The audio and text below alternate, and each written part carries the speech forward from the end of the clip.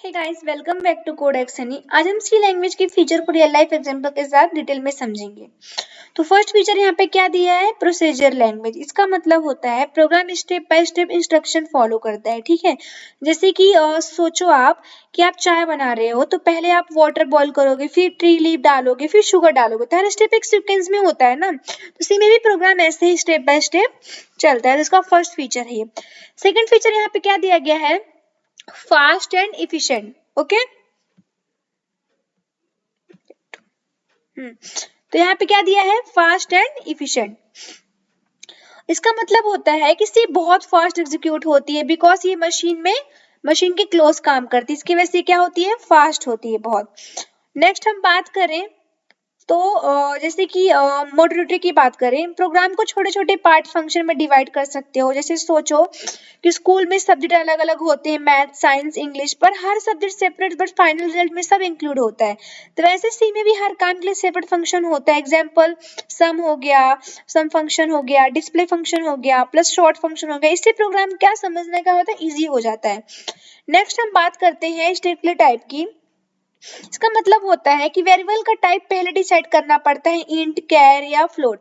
जैसे कि एक आदमी ना, उसकी आईडी प्रूफ होता है आधार कार्ड या पैन कार्ड, वैसे ही सी में हर वेरिएबल का टाइप प्रूफ होता है। इससे गलतियां क्या होती हैं? कम होती हैं और प्रोग्राम सेफ चलता है। नेक्स्ट हम बात करते हैं जनरल पर्पस लैंग्वेज की। इसके बारे में सी को हर तरह की एप्लीकेशन में यूज कर सकते हो। जैसे कि सी एक स्विस आर्मी नाइफ की तरह है। OS, database, embedded system, game, सब में क्या होता है? यूज होता है। नेक्स्ट हम बात करते हैं rich set of built in operators. इसका मतलब होता है इसमें ना बहुत सारे ऑपरेटर सी में बिल्ट इन होते हैं, ठीक है। जैसे कि अर्थमेटिक ऑपरेटर हो गए, लॉजिकल ऑपरेटर हो गए, असाइनमेंट ऑपरेटर हो गए, तो सारे क्या होते हैं? बिल्ट इन होते हैं। और सोचो आप ना एक कैलकुलेटर बना रहे हो, इन ऑपरेटर की वजह से आप अर्थमेटिक ऑपरेशन सब इजी हो जाता है, ठीक है। नेक्स्ट हम बात करते हैं rich set of built in operator. इसका मतलब होता है सी में रेडीमेड फंक्शन मिलते हैं, जैसे print function, scan function, square function.